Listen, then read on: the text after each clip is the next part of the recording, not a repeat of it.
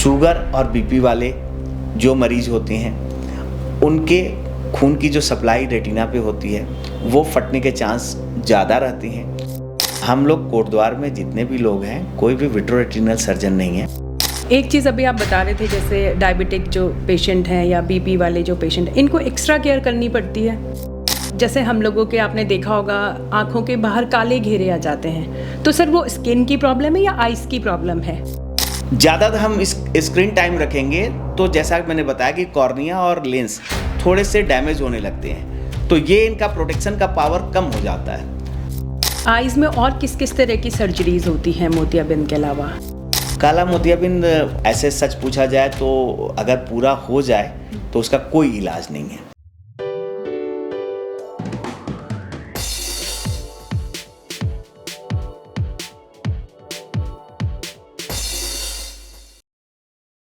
नमस्कार दोस्तों, और स्वागत है आप सभी का हमारे आज के एपिसोड में। आज का जो हमारा एपिसोड है वो बहुत ही इम्पॉर्टेंट है बहुत तरीक़ों से, क्योंकि आज हम बात करने वाले हैं हमारी आँखों के ऊपर। हमारी आँखें जो हमारा एक बहुत ही डेलिकेट और बहुत ही इम्पॉर्टेंट पार्ट है हमारे शरीर का, और जिससे हम पूरी दुनिया को देखते हैं। तो उन आँखों की देखभाल कैसे कर सकते हैं और आँखों का अपना रख रखाव जो है डेली रूटीन में हम क्या ऐसा करें कि अपनी आँखों को हम अच्छे तरीके से रख सकें, क्या करना चाहिए क्या नहीं करना चाहिए। कई बार हमारे कुछ मिथ्स होते हैं, कुछ बातें होती हैं, तो हम बिना डॉक्टर की सलाह के ऐसे ही फॉलो कर लेते हैं। तो इन सब चीज़ों को लेकर आज का हमारा एपिसोड बहुत इम्पॉर्टेंट होने जा रहा है। और इसके लिए हमारे साथ हमारे कोटद्वार के डॉक्टर दिनेश सिंह जी हमारे साथ हैं, जो आई सर्जन हैं और मोर देन 1 डिकेड दशकों से वो इस पे अपने फील्ड पे काम कर रहे हैं। तो आइए मिलते हैं डॉक्टर दिनेश सिंह जी से और बाकी की जानकारी हम उन्हीं से लेते हैं। तो सर बहुत बहुत स्वागत है हमारे शो में। थैंक यू मैम, और आपके सभी दर्शकों को मेरी तरफ से नमस्कार। तो सर, आई स्पेशलिस्ट और आई सर्जन बनने का कैसे सोचा? मैम, जब मैं पढ़ाई कर रहा था उस समय मैंने देखा कि ज़्यादातर स्टूडेंट पढ़ाई पे जोर देते हैं और उनके आँखों पे बहुत जोर पड़ती है। मैं जब स्कूल में था तो जिसके चश्मे लगे होते थे ज़्यादातर उनके गार्जियन बोला करते थे कि ये बच्चा पढ़ने में बहुत तेज़ है, देखो इसकी आंख में चश्मा लग गए हैं, और ये किताब पे ज़्यादा ध्यान देता है, खेल पे कम ध्यान देता है, देखो ये आगे चल के बहुत अच्छा बनेगा और पढ़ाई करना चाहिए। मैं बिना चश्मे के होता था तो मुझे लगता था कि यार शायद मैं कम पढ़ता हूँ और मेरे कलीग मुझसे ज़्यादा पढ़ते हैं। तो एक इस दिशा में मेरे को एक इंटरेस्ट जगी कि आखिर आँख से और पढ़ाई में ऐसा क्या रिलेशन है। तो मैं इसके प्रति थोड़ा ज़्यादा जागरूक हुआ, और फिर जब MBBS किया उस समय भी मेरे को ऐसा कोई महसूस नहीं लगा कि आँख से और किताब से कोई ख़ास रिलेशन है, लेकिन जागरूकता रही कि कुछ ना कुछ तो है। तो इसलिए थोड़ा आई से मेरा ज़्यादा लगाव रहा और इस फील्ड को मैंने इसलिए चुना। तो सर, जैसे कि आपका इतना लंबा एक्सपीरियंस आपका आइज़ के फील्ड में हो गया है, तो ऐसी कौन सी कॉमन सी क्या प्रॉब्लम्स हैं जो आपको सबसे ज़्यादा फेस करनी पड़ती हैं अपने डे टू डे लाइफ में? समय के साथ हर चीज़ चेंज होता है मैम। जैसा कि मैंने बताया कि पहले ये कॉन्सेप्ट था कि ज़्यादा पढ़ने वाले लोग को चश्मा ज़्यादा लगती है, ऐसा नहीं है। अब उस चीज़ के बारे में जब जानकारी लगी तो पता चला कि जो चश्मे लगते हैं उससे वो आई की साइज़ पे डिपेंड करता है और उस पे चश्मा लगता है, न कि पढ़ाई पे ज़्यादा जोर देते हैं उससे लगता है। लेकिन आज के सिनेरियो में अगर हम देखें तो आँख पे जोर पड़ रही है बच्चों में ज़्यादातर, क्योंकि लोग स्क्रीन टाइम ज़्यादा दे रहे हैं। हमारे समय में कोई मोबाइल नहीं होता था, ना लैपटॉप होता था, ना कंप्यूटर होता था, किताब पे लोग डिपेंड होते थे। आज के ज़माने में ज़्यादातर बच्चे किताब तो छूते ही नहीं हैं, किताब को उन्होंने साइड लाइन लगा दिया है और ऑनलाइन क्लासेस होती है उनकी। ऑनलाइन के बाद बच्चे गेम खेलने लग रहे हैं, उसके आदी बन जा रहे हैं और स्क्रीन टाइम उनकी बहुत ज़्यादा बढ़ जा रही है। ये केवल बच्चों में नहीं, ये बड़े होकर मैं देख रहा हूँ जो प्रोफेशनल्स हैं वो भी अब नेट से जुड़ गए हैं और ज़्यादातर अपना टाइम स्क्रीन टाइम पे रख रहे हैं। अगर आप स्क्रीन टाइम पे रखेंगे तो आपके आँख पे जोर पड़ेगी। आँख की पुतली जो हमारी होती है वो बहुत सेंसिटिव होती है, ये आंसू से काम करती है, इस पे खून की नली नहीं होती है। इसकी पूरी खाना पीना ऑक्सीजन सब आंसू से ही आते हैं। हमारी जो पलक चलती है इसका काम ही ये है कि नीचे के जो साइड से आंसू आते हैं उनको नीचे से कलेक्ट करके एक फिल्म की लेयर बनाती है काले पुतली कॉर्निया पे, और उस पे एक लेयर आंसू की बनने से वहाँ से ऑक्सीजन और खाना पीना जाता है। अगर हम इसे ब्लिंक ज़्यादा देर रोक देते हैं तो प्रॉब्लम आती है कि ड्राइनेस आ जाती है, जो फिल्म होता है वो सूख जाती है, जिससे कि कॉर्निया पे हमारे ऑक्सीजन और खाना पीना दोनों की कमी हो जाती है। ये भी एक टिश्यू है, और टिश्यू को अगर ऑक्सीजन खाना पीना न मिले तो वो ख़राब होने लगता है, और तब वो डैमेज करता है आँख को। और स्क्रीन टाइम को अगर आप ज़्यादा रखेंगे तो ये पलक चलना कम हो जाते हैं। इसको डाटा मिस ना हो इसलिए पलक को हम लोग खोल के ज़्यादा रखते हैं। ड्राइनेस आती है तो कॉर्नियल ओपेसिटी बनती है। जब कॉर्नियल ओपेसिटी बन जाएगी तो आपकी नज़र धुंधली हो जाएगी। तो आज के सिनेरियो में ये बात एकदम सच है कि बच्चों में ज़्यादा प्रॉब्लम बढ़ रही है आँख की। उन्हें जागरूक करने की ज़रूरत है कि जितनी ज़रूरत हो उतने ही स्क्रीन टाइम रखें, बीच बीच में स्क्रीन से हटना होता है, और नॉर्मल जो अपना आउटडोर गेम है उस पर ध्यान दें, अपने बुक पे ध्यान दें, ना कि इंटरनेट और स्क्रीन टाइम पे अपना समय गुजारें। तो जैसे ये आपने स्क्रीन टाइम वाली जो बात बताई है, कोई सजेशन है सर आपका कि मैक्सिमम एक दिन में आप कितना स्क्रीन टाइम रखें, अगर आपको नेसेसरी नहीं है या आपका वो वर्क कल्चर नहीं है कि आपको स्क्रीन में बैठना है, जैसे बच्चों का है, तो कितना टाइम मैक्सिमम होना चाहिए बच्चों? आज के सिनेरियो में ग्लोबलाइजेशन ऐसा हो रखा है कि बिना इंटरनेट के तो हम लोग भी समझते हैं कि थोड़ी हर बच्चा कॉम्पिटिटिव युग हो गया है, उसे पूरे नॉलेज की ज़रूरत है।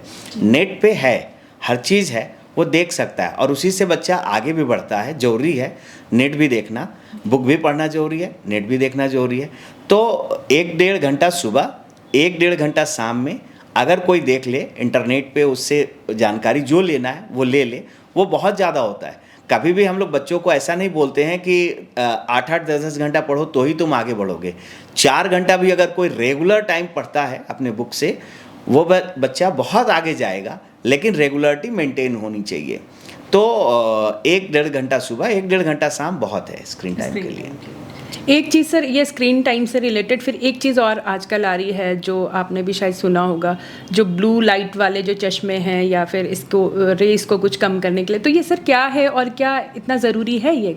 जो भी रेज आती है, 7 तरह की रेज आती है लाइट से, जो हमारे आँख के लिए नुकसानदेह है वो अल्ट्रावायलेट रेज होती है। तो हम लोग क्या करते हैं कि वो लाइट अगर उस 7 रंग से निकाल देते हैं तो हमारे आँख पे नुकसान कम होती है। हमारे आँख की जो लेंस होती है, झिल्ली होती है, ये अपने आप में कुछ रेज को फिल्टर करती है। इसकी खासियत होती है कि जो ऊपर की लेयर अल्ट्रावायलेट और नीचे की लेयर रेड कलर की रेज होती है, वो हमारे आँख के अंदर नहीं जाती है, हमारी लेंस जो होता है उसे रोकता है, और तब जो रेटिना पे जाती है वो बीच के 4 कलर की जाती है जो रेज होती है। ज़्यादा हम इस स्क्रीन टाइम रखेंगे तो जैसा मैंने बताया कि कॉर्निया और लेंस थोड़े से डैमेज होने लगते हैं, तो ये इनका प्रोटेक्शन का पावर कम हो जाता है। तो हम एक्स्ट्रा ब्लू लाइट फिल्टर लगा के, जबकि हर मोबाइल पे आजकल आती है, फिर भी एक सलाह होती है कि अगर आपकी स्क्रीन टाइम ज़्यादा रहे तो आप एक्स्ट्रा प्रोटेक्शन में ब्लू लाइट फिल्टर वाली चश्मा यूज़ करें, जिससे कि ऊपर और नीचे की जो रेज होती है वो फिल्टर हो जाए, बीच की रेज आँख के अंदर जाए, तो रेटिना डैमेज कम होती है, न के बराबर होती है। तो ये यूज़फुल है? यूज़फुल है, लगाना चाहिए इसे? लगाना चाहिए।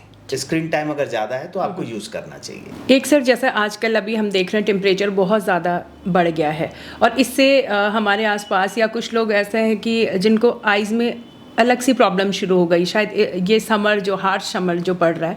इवन मैं खुद भी देख रही थी कि 2 दिन पहले मेरी आंखों के सामने भी कुछ झिल्ली सी आ रही थी कि तो सर वो गर्मी से किस तरह से ऐसे इफेक्ट होता है आंखों में, कैसे हम इसका बचाव कर सकते हैं? आजकल जो पॉल्यूशन हो रखी है, जो हम लोगों ने पॉल्यूशन फैला रखी है, चाहे वो हर तरह का पॉल्यूशन है, उसका इफेक्ट ग्लोबल वार्मिंग आ रही है। जो ओजोन लेयर है, वो ओजोन लेयर धीरे धीरे पतली होते जा रही है, कम होते जा रही है। तो हमारे जो अल्ट्रावायलेट रेज थे जो सूरज से आती थी, वो रेज उतना छन के नहीं आ रही है, ज़्यादा डेंसिटी की लाइट हमारे पृथ्वी पे अब आ रही है।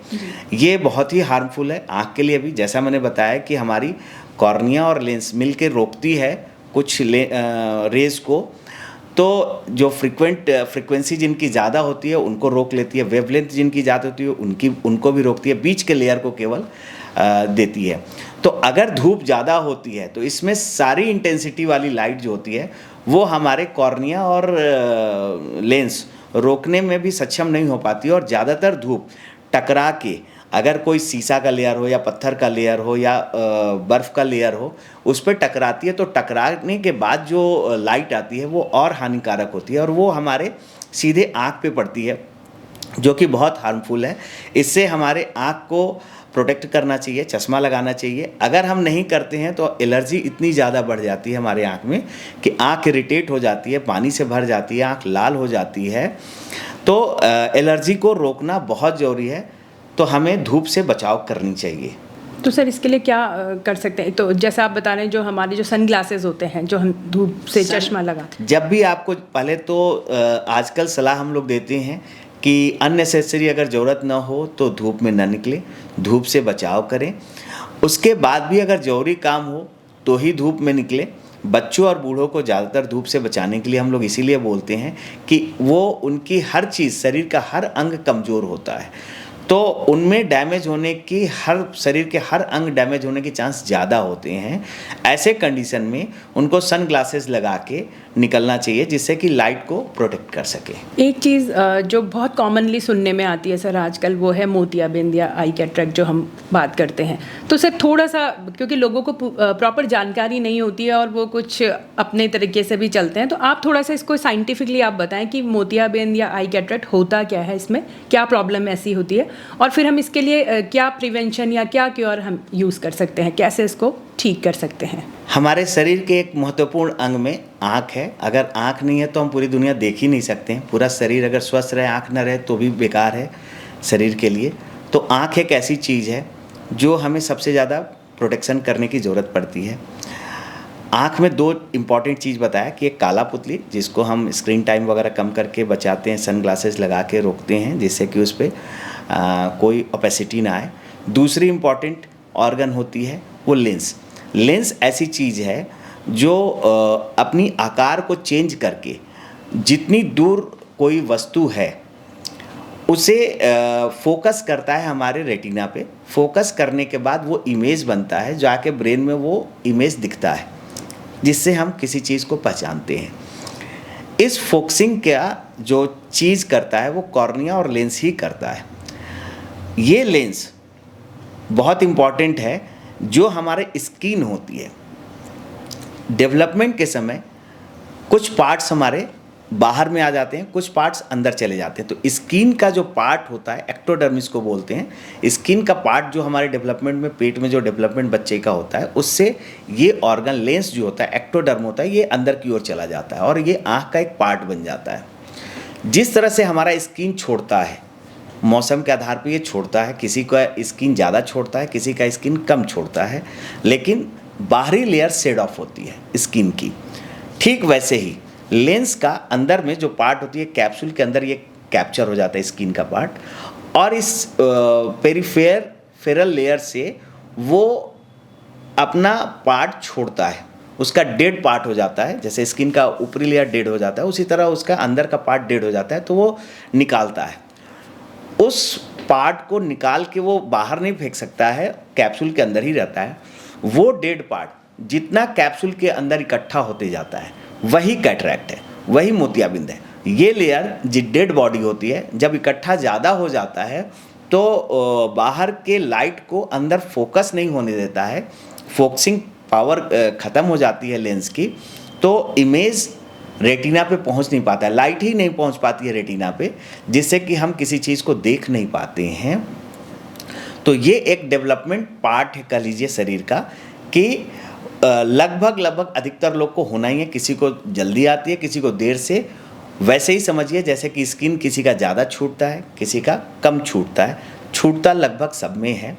तो मोतियाबिंद भी सेम प्रोसेस है, किसी में थोड़ी जल्दी आ जाती है, किसी में थोड़ी देर। और जब ये आएगी तो ये डेड पार्ट है, इसको निकाल के ही इसमें ऑपरेशन करके निकालते हैं और आर्टिफिशियल लेंस इस पर लगा देते हैं। तो इसका कोई मतलब ऑपरेशन ही एक या सर्जरी करनी ही पड़ेगी? जी, सर्जरी करनी पड़ेगी। डेड पार्ट है, डेड पार्ट को दोबारा नहीं कुछ कर सकते हैं, उसको निकालना ही होता है। कुछ ऐसी चीज़ें हैं जिससे कि हम ये कर सकें कि मोतियाबिंद लेट हो या फिर फ्रिक्वेंट ना हो, और दोबारा भी कहते हैं इसमें होने का चांस रहेगा।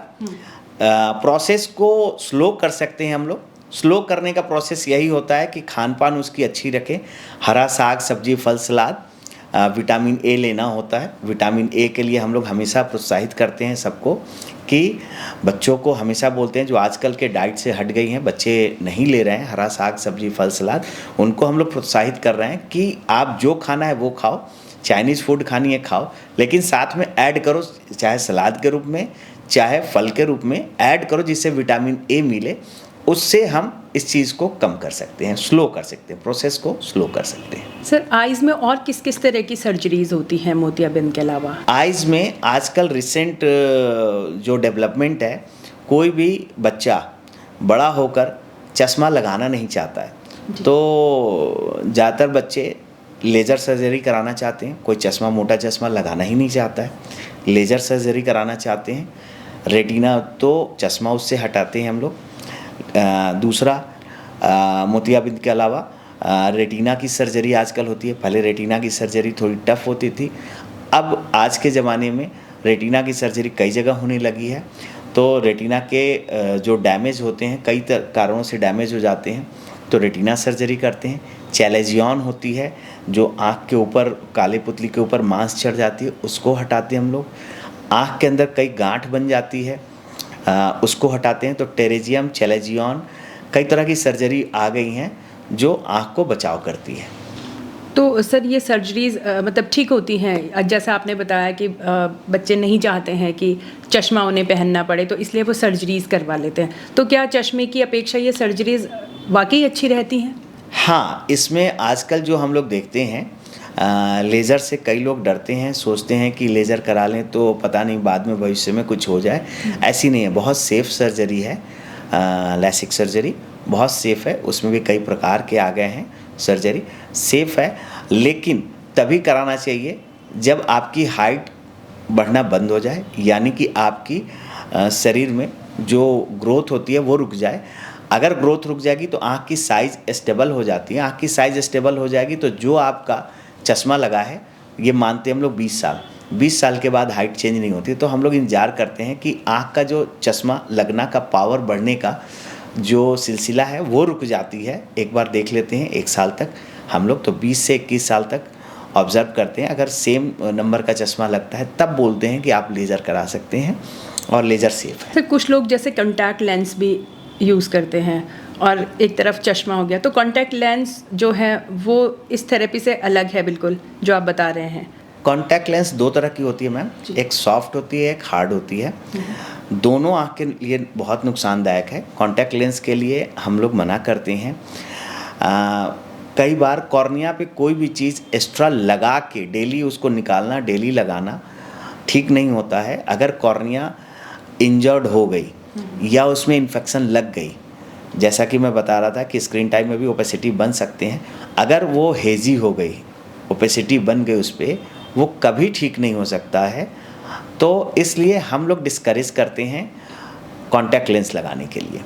हम लोग कहते हैं कि चश्मा सबसे सेफ़ है, आप चश्मा लगाओ तब तक जब तक कि आपकी एज स्टेबल न हो जाए आँख के लिए।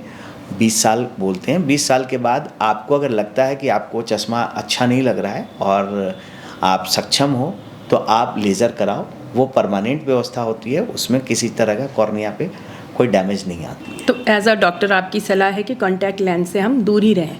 हाँ, हमारी सलाह होती है। कई पेशेंट मैंने देखा है, इंडिया में अमीबिक इन्फेक्शन बहुत कॉमन है, पेट खराब होना या कई तरह के अमीबिक इन्फेक्शन होते हैं।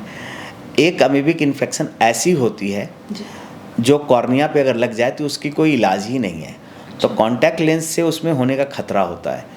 तो लाखों में किसी एक को हो सकती है जो माना जाता है, लेकिन इंडिया में और कॉमन है।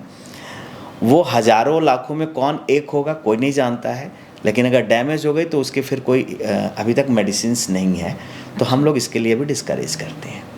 सर जैसे किसी का बच्चे का या किसी का चश्मा लग गया है तो कुछ नेचुरली भी ऐसी चीज़ें हैं कि कभी हम चश्मा हटा सकते हैं?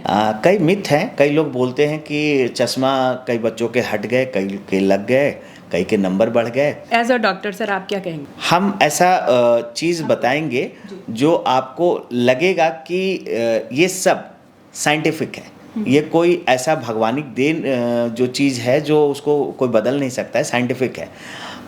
जो चश्मा लगता है वो हमें कॉर्निया और लेंस किसी इमेज को फोकस करता है रेटिना पे, तो उस इमेज को हमारी ब्रेन देखती है। चश्मा सिर्फ यही काम करता है कि जितने इमेज को हमारे कॉर्निया और लेंस मिलके उसको फोकस नहीं कर पा रहा है, चाहे तो वो रेटिना के पीछे इमेज बन रहा हो, चाहे रेटिना के आगे इमेज बन रहा हो, दोनों कंडीशन में हमारी आंखें नहीं देख पाती है। तो चश्मे का सिर्फ और सिर्फ काम इतना होता है कि उस इमेज को मैंने फोकस कर पाए रेटिना पे। फोकसिंग के लिए होता है लेंस चश्मा। तो अगर फोकस नहीं हो पा रहा है तो हमारे पास ऐसा कोई चीज़ नहीं है जो हम अपने आप से बोल दें कि आपका बच्चा बड़ा होगा तो ठीक हो जाएगा और चश्मा हट जाएगा। तो ऐसा किसी बच्चे के लिए बोलना ठीक नहीं है। डाइट के लिए हम लोग बोलते हैं डाइट अच्छा रखो, हो सकता है कि आपका चश्मा हट जाए, लेकिन कंफर्म नहीं है। चेंज हो सकते हैं, हर साल चेंज हो सकते हैं, कम भी हो सकता है नंबर, ज़्यादा भी हो सकता है, दोनों कंडीशन होगा उसके फोकसिंग पावर पे। तो मतलब ऐसा ज़रूरी नहीं है कि हटे चश्मा? हाँ, ज़रूरी नहीं है। एक चीज़ जो हम अमूमन देखते हैं सर, आपने भी सुना होगा, जैसे आई इरिटेशन हो गई, कुछ भी हो गई, तो एक नॉर्मल सी हमारी हैबिट होती है गुलाब जल डाल दें, ये कुछ डाल दिया, किसी ने कुछ सजेस्ट किया, तो सर कहाँ तक ये मिथ है या फिर ये वाकई काम करती हैं ये चीज़ें?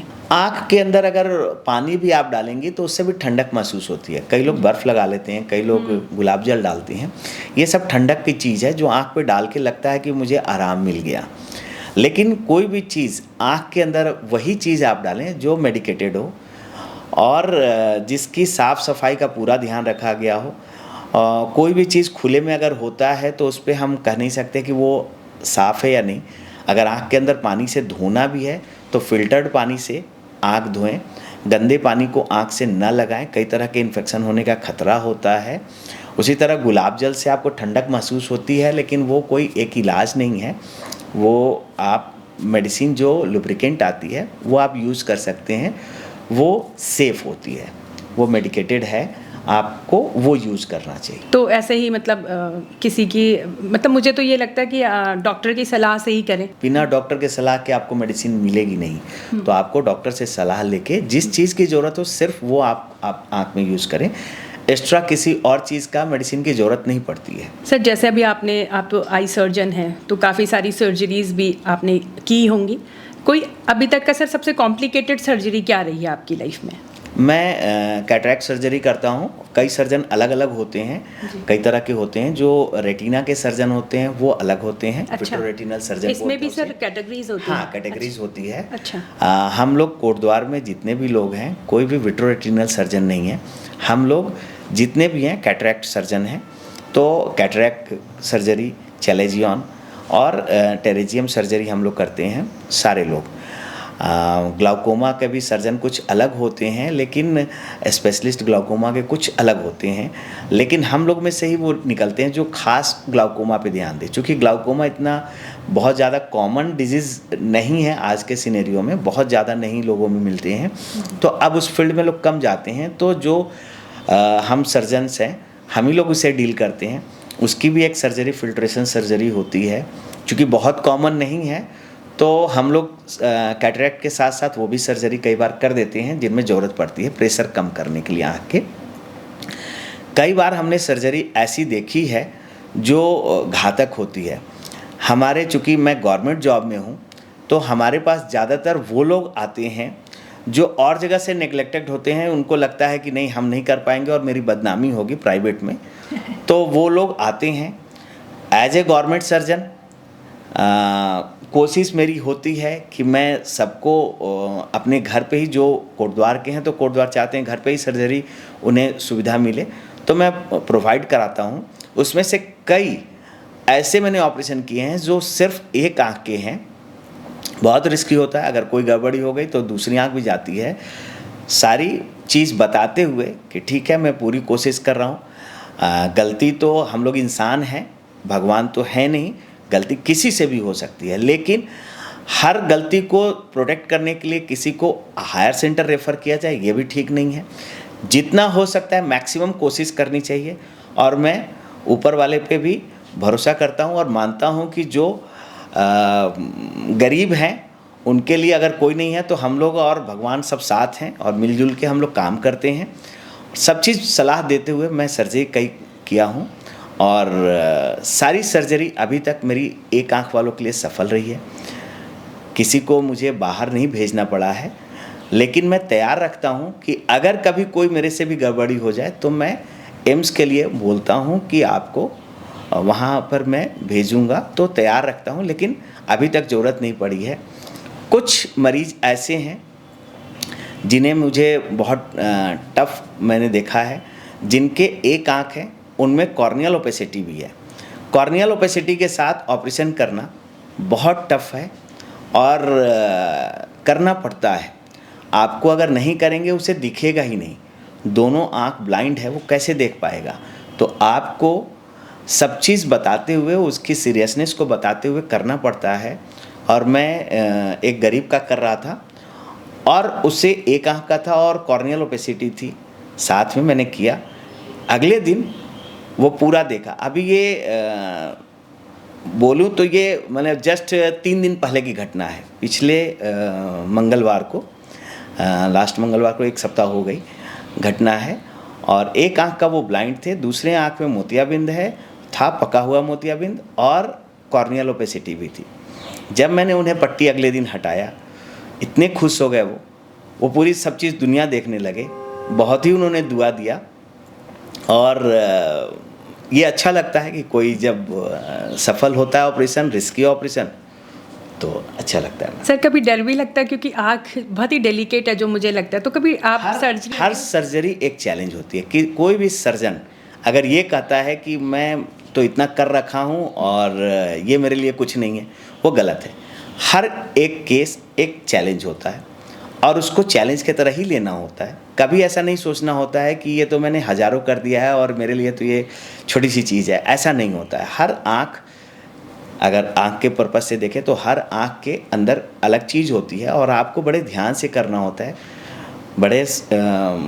अगर थोड़ा सा भी ध्यान भटका तो उस आदमी की आँख जा सकती है। तो हम लोग इसको ऐसा नहीं सोचते हैं कि इतना कर लिया तो मेरे से गलती नहीं हो सकती। गलती किसी से भी हो सकती है, तो ध्यान रखना पड़ता है कि गलती ना हो। सर जब फर्स्ट टाइम सर्जरी की होगी आपने अपने प्रोफेशन की, तो कैसा फील हो रहा था उस दिन? उस समय जब मैं कोटद्वार में आया था, मेरे एक सर्जन आए वो देखने, वो जनरल सर्जन थे। उन्हें लगा कि शायद स्कालपेल पकड़ने में मुझे दिक्कत होगी, हाथ काँपेगी, और होता भी है। फर्स्ट जब सर्जरी होती है, आप जब स्कालपेल पकड़ते हैं तो हाथ काँपती है। जब उन्होंने मेरे को सर्जरी करते हुए देखा, मैंने समय लिया, आराम से किया। सिंगल मरीज़ रखा था उस दिन, आराम से किया पहला सर्जरी। जनरल सर्जन थे, वो आके देखे कि हाथ काँप रहा है। अगर हाथ नहीं काँपेगा तो ये पूरा सर्जरी कर लेगा, कहीं दिक्कत नहीं आएगी। वो पूरे खड़े रहे मेरे ओटी में, उन्होंने मुझे बहुत प्रोत्साहित किया। अच्छे सर्जन, उनका नाम बहुत अच्छा है, केसी शर्मा सर हैं, और हमारे से अभी आजकल देहरादून में हैं। तो उन्होंने खड़ा होकर पूरा सर्जरी मेरा देखा, समय दिया, और मेरे को बोला कि तुम एक अच्छे सर्जन बनोगे, तुम्हारी हाथ नहीं काँपी, मैं यही देख रहा था।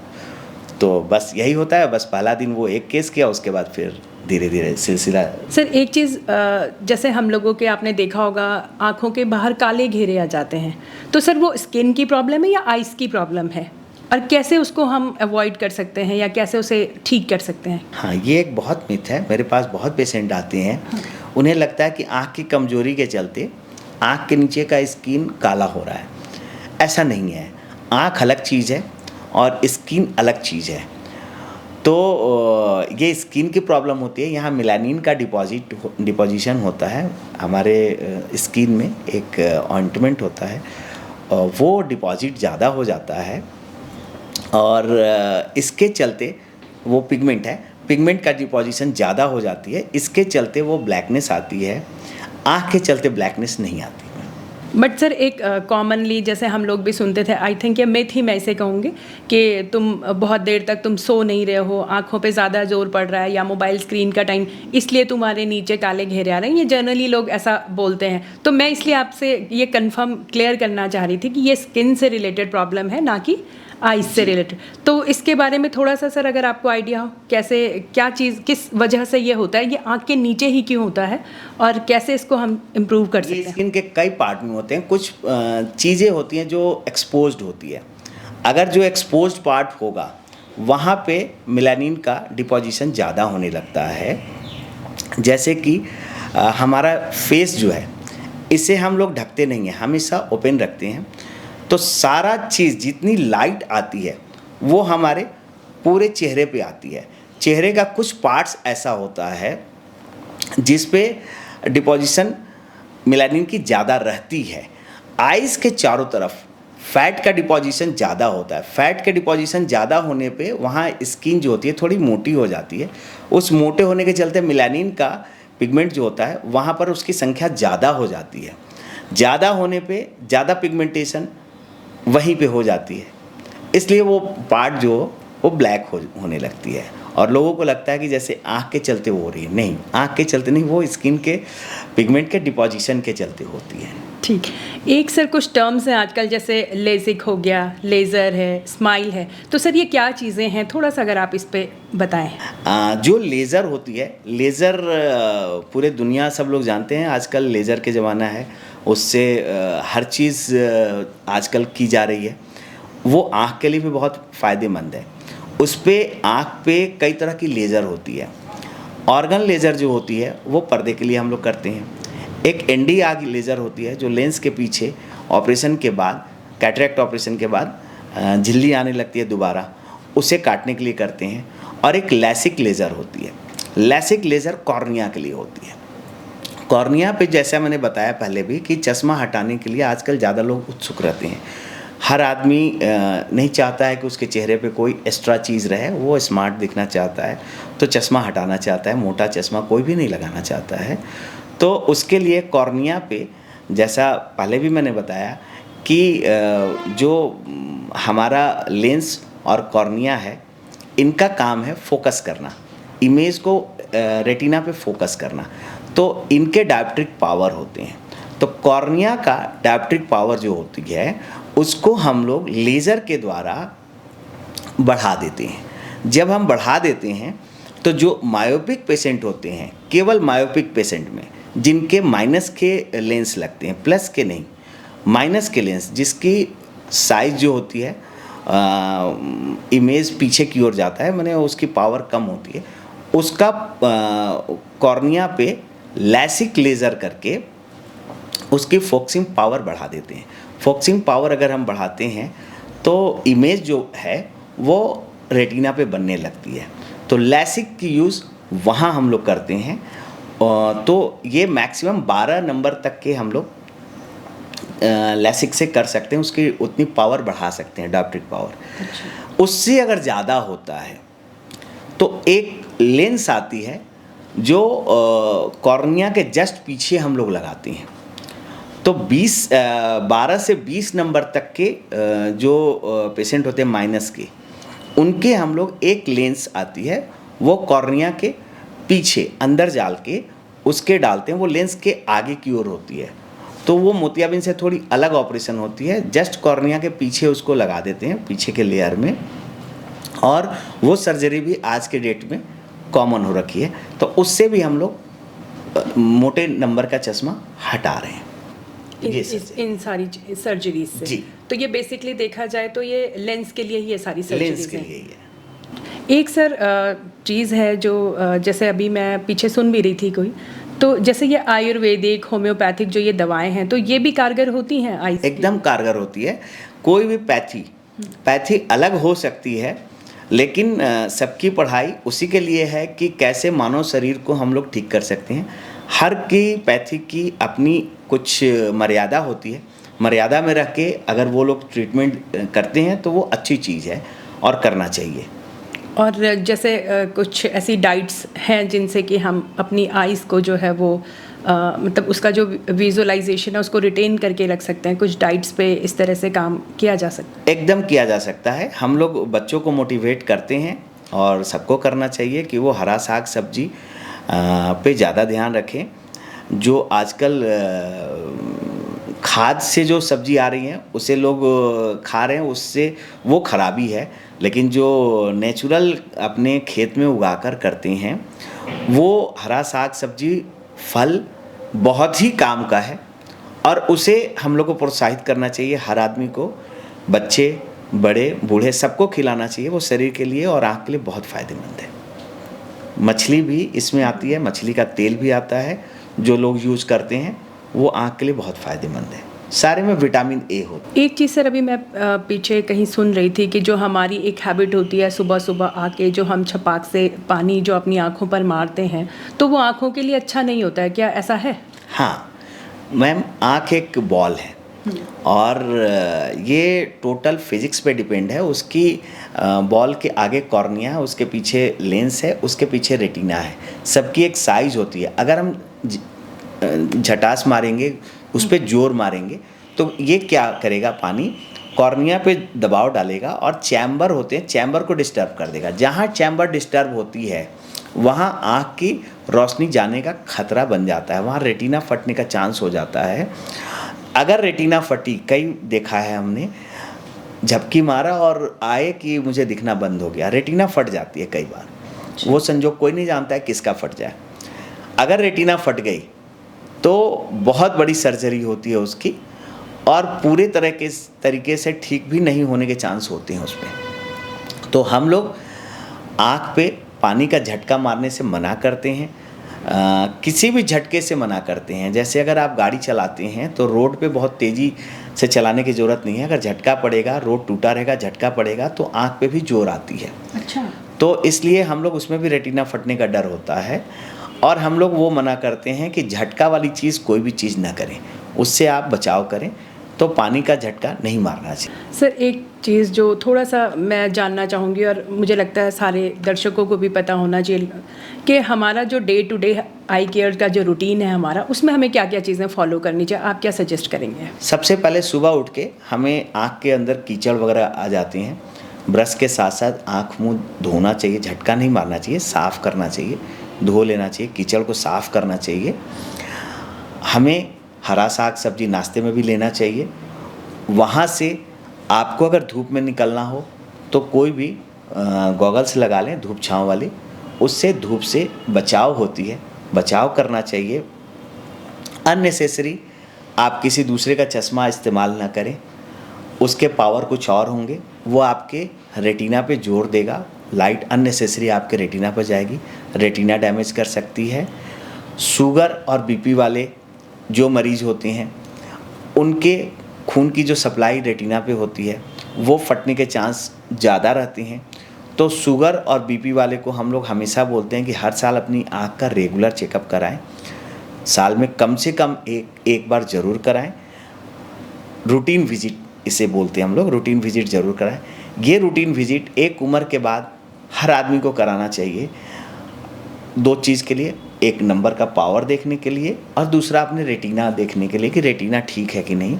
तो रेगुलर विजिट एक बार साल में ज़रूर करना चाहिए। एक मैं सर कहीं पढ़ रही थी कि एक काला मोतियाबिंद भी होता है जिसके कोई सिम्टम नज़र नहीं आते हैं, तो कह रहे थे ऐसे जो पेशेंट होते हैं, मतलब ये भी रहता है कि एक रूटीन में अगर आप चेकअप करवा रहे हैं तो इससे कुछ चीज़ें आपको टाइमली पता लग जाती हैं। तो ये काला मोतियाबिंद सर क्या है ये? काला मोतियाबिंद का कोई ऐसे सच पूछा जाए तो अगर पूरा हो जाए तो उसका कोई इलाज नहीं है। हाँ।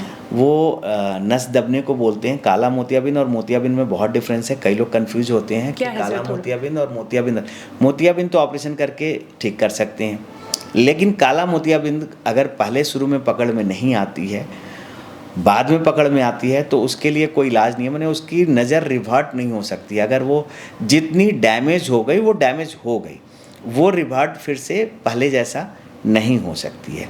तो इसके लिए हम लोग बोलते हैं कि रेगुलर चेकअप कराओ। उसमें 2-3 चीज़ देखना होता है। एक तो आँख का प्रेशर देखना होता है, काले पुतली की साइज़ देखनी होती है कि जो काला पुतली है उसके अंदर प्यूपिल होती है, प्यूपिल की साइज़ बढ़ जाती है उसमें, तो लाइट ज़्यादा जाने लगता है आँख के अंदर। आँख के अंदर जो रेटिना होती है उस पर ऑप्टिक नर्व होती है, वो ब्रेन को ले जाती है, वो ऑप्टिक नर्व डैमेज होने लगती है, कपिंग बढ़ने लगता है। वो हम लोग आँख के अंदर जो फंडस एग्जामिनेशन करते हैं वो वही देखते हैं कि कपिंग ठीक है कि नहीं, आँख का प्रेशर ठीक है कि नहीं, आँख के पुतली के भीतर जो प्यूपिल है वो उसकी साइज़ नॉर्मल है या नहीं, और उसकी विज़न ठीक है कि नहीं।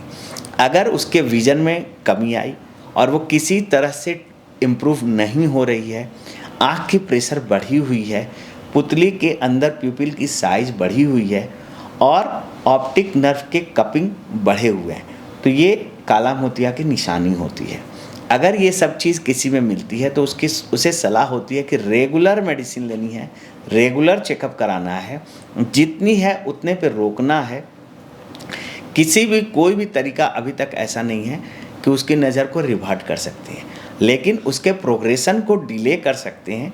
इसके लिए रेगुलर मेडिसिन की ज़रूरत पड़ती है, तो उसे दिखाना होता है। सर ऐसा क्या वाकई कोई सिम्टम नहीं है कि जर्नली मतलब हमें मतलब वैसे कैसे, जैसे मान लीजिए किसी को काला मोतियाबिंद हो रहा है तो क्या ऐसे सिम्टम होंगे, तो कुछ ऐसे हैं सिम्टम ये कहना गलत होगा कि उसे पता नहीं चलेगा। हाँ। आँख के प्रेशर जब बढ़ती है तो आँख में पेन बहुत ज़्यादा बढ़ जाती है। अच्छा। सर दर्द होती है, सर हमेशा उसके घूमते रहेंगे, सर दर्द होते रहेंगे, आँख पे भी दर्द होंगे, बहुत ज़्यादा दर्द होंगे, आँख लाल हो जाया करेगी बीच बीच में, और उससे सब चीज़ धुंधला दिखेगा। जब वो उठेगा देखेगा कि कई बार एकदम पूरी चीज़ धुंधली हो जाएगी, लाइट लगेगी उसे, जब लाइट में जाएगा तो लाइट चमकेंगी। तो ये शुरुआती सिम्टम है, ये पता चल जाते हैं मरीज में कि हमें कुछ ना कुछ प्रॉब्लम हो रही है, तो उसे तुरंत डॉक्टर को दिखाना चाहिए ऐसे केसेस में तो खास। एक चीज़ अभी आप बता रहे थे जैसे डायबिटिक जो पेशेंट हैं या बीपी वाले जो पेशेंट हैं, इनको एक्स्ट्रा केयर करनी पड़ती है। हाँ, के लिए कहा जाता है कि 10 साल से ऊपर जो डायबिटीज़ और बीपी के मरीज़ हैं उनमें जो ब्लड वेसल्स हैं वो फटना शुरू हो जाते हैं। तो आँख के भीतर जो ब्लड वेसल्स होते हैं वो कैपिलरीज में होते हैं, बहुत पतले होते हैं।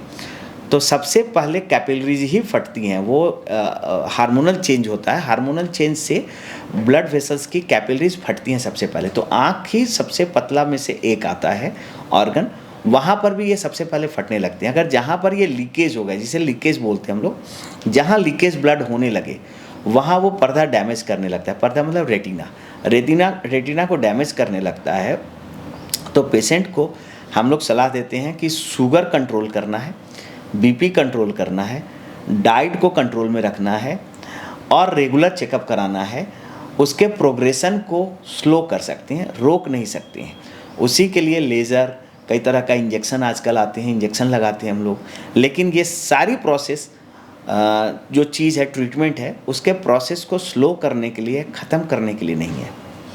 ख़त्म कभी नहीं होगा। एक बार शुगर का अगर लेवल आपके रेटिना पे शुरू हो गए बढ़ना, वो प्रोग्रेसिव होता है, वो आगे की ओर बढ़ते ही जाता है। उसके स्पीड को केवल हम लोग ट्रीटमेंट से स्लो करते हैं। तो सर काफ़ी अच्छी जानकारी आपसे मिल रही है। एक चीज़ जो मैं थोड़ा सा आपसे चाहूँगी कि आप बताएं कि हमें डॉक्टर्स की जो विज़िट है वो तो आपने अभी बताया कि रेगुलर करनी ही चाहिए। एक आप लास्टली आप कंक्लूजन में आप क्या कहेंगे आइज़ के लिए, स्पेशली हमारे लोगों को? डिपेंड करता है मैम। अगर बच्चे हैं तो उन्हें हम लोग 6 महीना से 1 साल के भीतर बोलते हैं दिखाने के लिए, क्योंकि उनके पावर चेंज होते हैं। तो 6 महीना से 1 साल तक दिखाना चाहिए रेगुलर विजिट। जो ओल्ड लोग हैं, जो इन्हें शुगर बीपी नहीं है, वो साल में 1 बार दिखाएंगे। उनके भी पावर नज़दीक के चेंज हो सकते हैं, मोतियाबिंद के चेंजेज आ सकते हैं, आँख के अंदर और कोई चेंजेज आ सकते हैं। उन्हें साल से 2 साल के भीतर 1 बार दिखाना चाहिए। लेकिन जो शुगर और बीपी वाले पेशेंट हैं उन पे डिपेंड करता है कि उनके शुगर कितने साल के हो गए। अगर 10 साल से नीचे के हैं और कोई सिम्टम नहीं आए हैं आँख पे, तो उन्हें साल में 1 बार हम लोग बोलते हैं रेगुलर विजिट के लिए। अगर उनके प्रोग्रेशन शुरू हो गए, उनके डैमेज होना रेटिना पे शुरू हो गया, तो 6 महीना पे बुलाते हैं। अगर काला मोतिया वाले पेशेंट हैं तो उन्हें 3 महीना पे हम लोग बुलाते हैं और रेगुलर उस तरह से उनके ट्रीटमेंट को चेंज भी करना पड़ता है। कई बार चेंज करते हैं, कुछ और मेडिसिन ऐड करना होता है वो देते हैं, कुछ कम करना होता है करते हैं। उनके सिम्टम के आधार पे पूरी ट्रीटमेंट चलती है। चलिए सर, तो बहुत अच्छा लग रहा है आपसे बात करते हुए, लेकिन समय की थोड़ी अपनी सीमाएं हैं। तो लास्ट में आप हमारे दर्शकों को अगर कोई संदेश देना चाहें अपनी तरफ से, आप क्या बताना चाहेंगे? मैं आपकी बड़ी आभारी हूँ कि दर्शकों से डायरेक्ट बात आपने करा रही हैं। मैं सभी दर्शकों से, अपने पेशेंट से तो मैं रेगुलर बोलते रहता हूँ, आपसे भी निवेदन करता हूँ कि अपने बच्चों का मोबाइल की आदत न लगने दें। ये जो एक नशा बढ़ते जा रही है आज के समाज में, ये हम जब बच्चा पैदा होता है उस समय से ही उसे मोबाइल दिखा के दूध पिलाना, कुछ खिलाना शुरू करते हैं कि शायद वो उसमें उलझा रहता है और आपके चम्मच से वो पी लेता है या कुछ खा लेता है। ये आदत उसे किसी और चीज़ खिला के, खिलौना देकर हम उसके साथ समय बिताकर हम इस मोबाइल के आदत को से शुरू से ही कम कर सकते हैं। जैसे जैसे मोबाइल की आदत कम होगी, उसकी दिमाग की भी ग्रोथ होगी, उसके बाहर की ओर खेलेगा तो उसका शरीर और दिमाग दोनों मजबूत होंगे। मोबाइल से आँख और दिमाग दोनों संकुचित हो जाते हैं। हम बाहरी दुनिया देख ही नहीं पाते हैं, हमारी सामाजिक दुनिया ख़त्म हो जाती है, हम समाज से कटने लगते हैं। तो हमें इस चीज़ को रोकना है। अभी से अगर हम नहीं रोकें तो हमारे आने वाला जो भविष्य है उसमें बच्चे सिर्फ़ और सिर्फ मोबाइल पर रह जाएंगे। ना वो किसी सगे संबंधी को पहचानेंगे, ना ही उनके कोई दोस्त बनेंगे और ना ही उनके ब्रेन में ज़्यादा डेवलपमेंट हो पाएगी।